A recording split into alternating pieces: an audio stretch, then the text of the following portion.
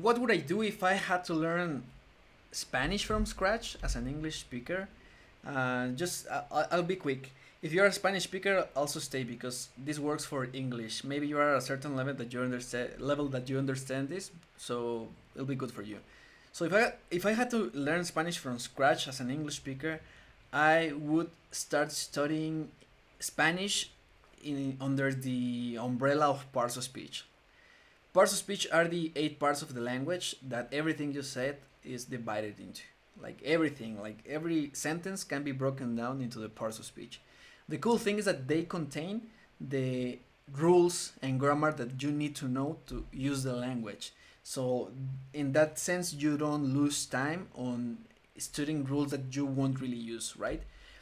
In that same regard, if you combine that with the 80-20 rule, then it's just awesome because the 80-20 rule states that 80% of your results come from 20% of your effort or actions or activities. In languages, it applies the same. Like more than, and it's even more extreme. More than 80% of the communication, it's done through less than 20% of the language. It's a natural law. We could talk about that further. I'll do another video. But it also happens in economics and in space, right?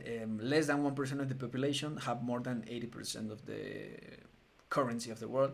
And it's natural because it happens in the natural world. Like less than 20% of the celestial bodies have more than 80% of the mass of the universe. That's why you have massive suns, massive black holes that contain a lot of mass.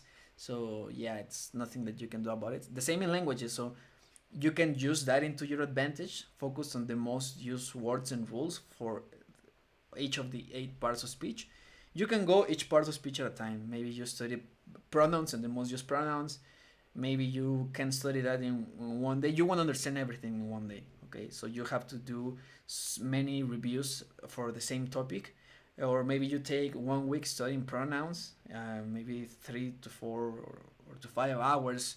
But I wouldn't recommend that. I would recommend like one day for one, whatever you for one part of speech with an exercise wherever you can understand, then another day for another one, then the other for the other one, and then you do a review the next week, and then you practice. The important thing is that also you need to practice. Like I would uh, translate songs. Like if you translate songs and sing them, like your pronunciation and your understanding of the language will be just awesome because you will understand things, and it need to be songs that you already like. Okay, and yeah, that will be the main thing. Then I will start writing and reading. But yeah, that's what I would do.